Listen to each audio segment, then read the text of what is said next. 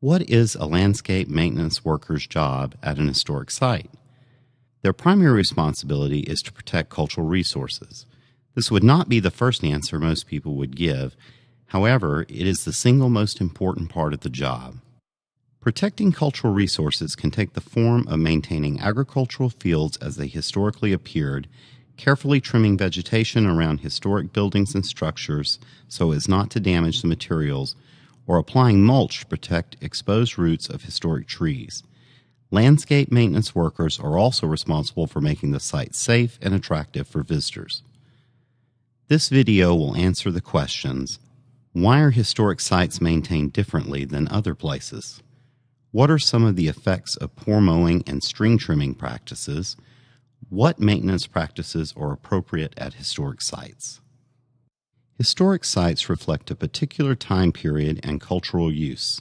These landscapes are composed of historic features such as buildings, trees, fencing, and walkways that date to an historic period. Understanding and implementing appropriate maintenance practices to preserve a site's historic character and its individual features are essential components of a maintenance worker's job. There are two broad categories of landscape features at historic sites: built features and vegetation.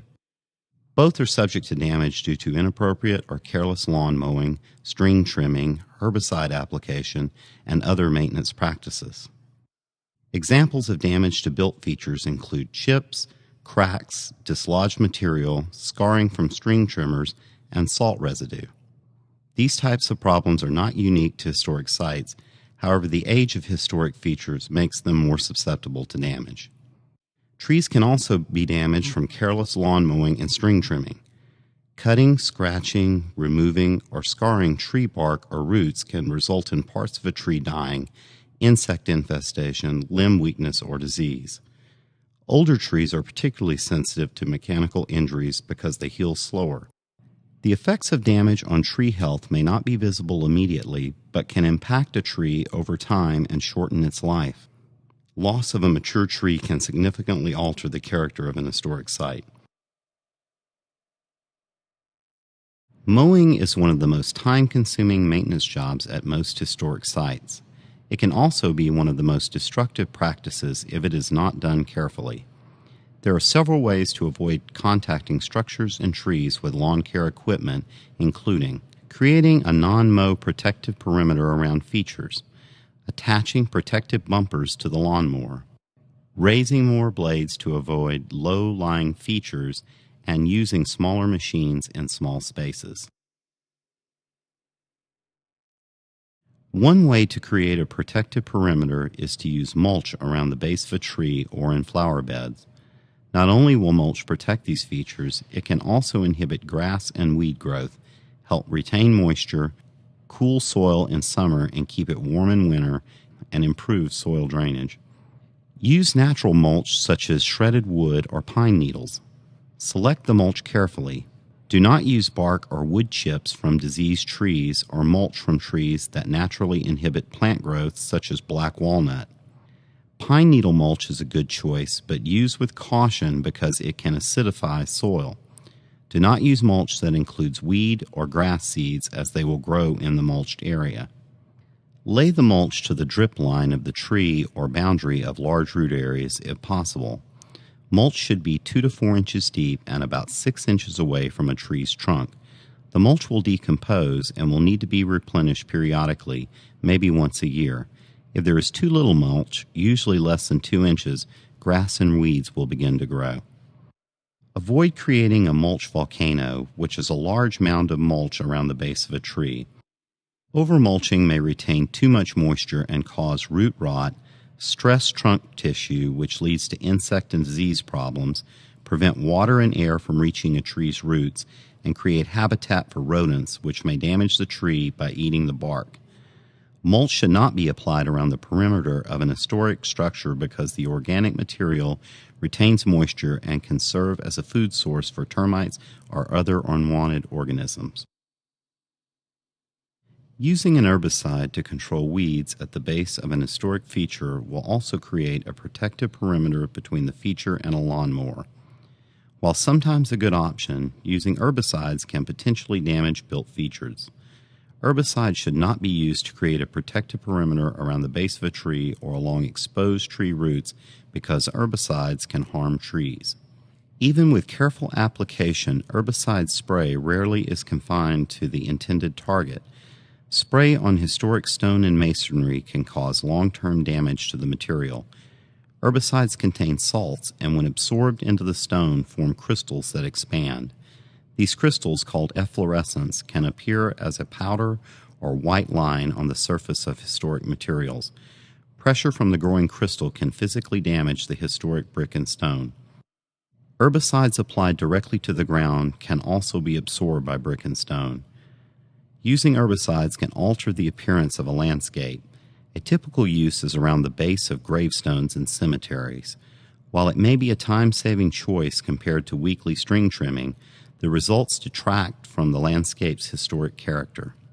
If you choose to use an herbicide, use the least amount necessary and apply with care. Do not apply on a windy day as herbicide may hit unintended targets. Consider adding a temporary water-soluble dye to the herbicide, which will help to show exactly what the spray hits unintentionally. Planting ground cover around a feature can create a protective perimeter between historic features and mechanical equipment. Some ground covers can grow over tree roots and inhibit weed growth, eliminating the need to mow or trim under the tree canopy. Remember to choose the right plant for the location. Use shade-tolerant ground covers under trees with dense canopies and plants that can tolerate full sun in bright open locations. Avoid using invasive or aggressive ground covers that may grow beyond the intended location.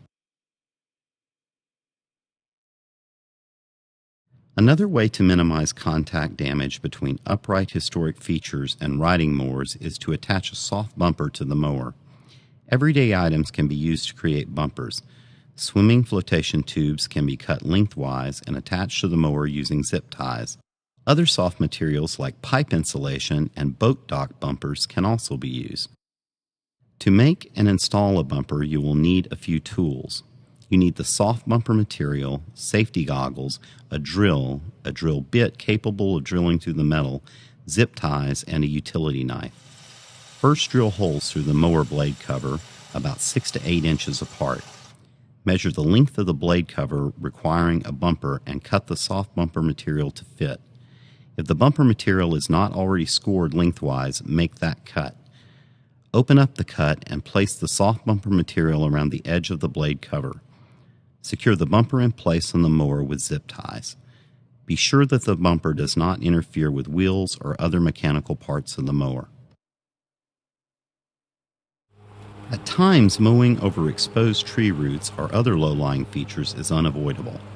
Minimize damage by raising the mower deck so the blades do not contact the historic feature. On most commercial riding lawnmowers, the blade height can be changed without dismounting from the mower.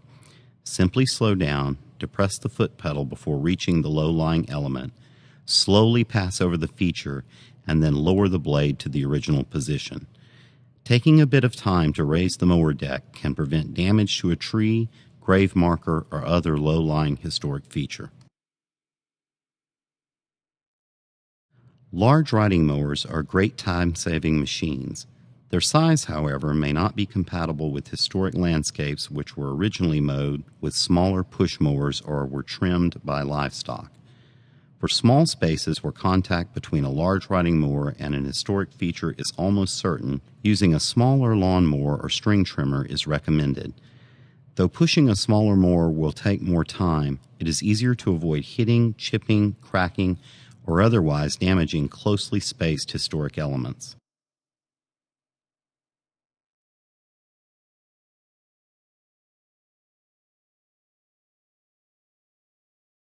Loose lawn clippings can be harmful to both historic and mechanical equipment at historic sites. Decomposing clippings can cause decay at the base of wooden structures.